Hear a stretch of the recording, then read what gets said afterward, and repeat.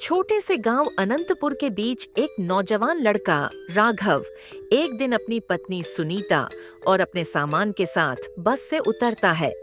राघव, जो अपने पिछले गांव में कई बार अपने काम में नुकसान उठा चुका था, इस बार नए व्यापार के इरादे से अनंतपुर आया है। उसने देखा कि गांव में कई दुकानों पर भोला भाई की मिठाई, भोला भाई का मेडिकल हॉल और भोला भाई का रेस्टोरेंट लिखा हुआ है। वो सोचता है ये भोला भाई जरूर गांव का बड़ा आदमी होगा।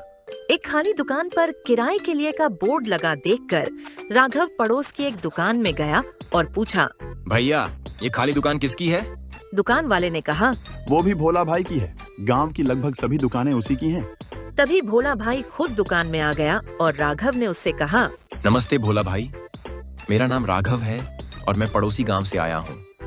मैं ये दुकान किराए पर लेना चाहता हूँ। भोला भाई ने कहा, तुम कौन सा काम करोगे राघव?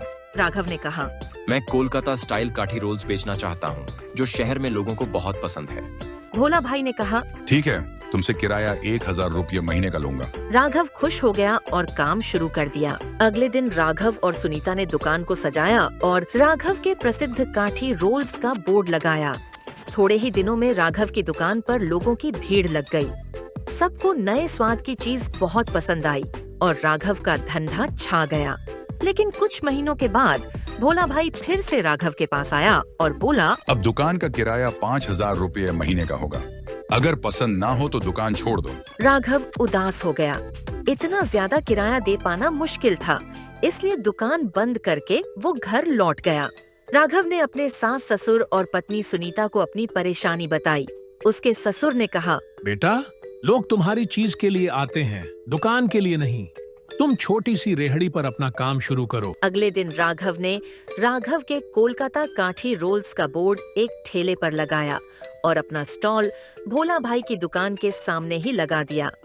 धीरे धीरे लोग भोला भाई की दुकान को छोड़कर राघव के स्टॉल पर आने लगे। लोग राघव के काम और उसके हौसले को देखकर उसकी और भी इज्जत करने लगे। राघव के काठी रोल्स का स्वाद बेहतरीन था और भोला भाई की दुकान खाली हो गई। आखिर में भोला भाई को अपनी दुकान फिर से किराए के लिए का बोर्ड लगाकर बंद करनी पड़ी।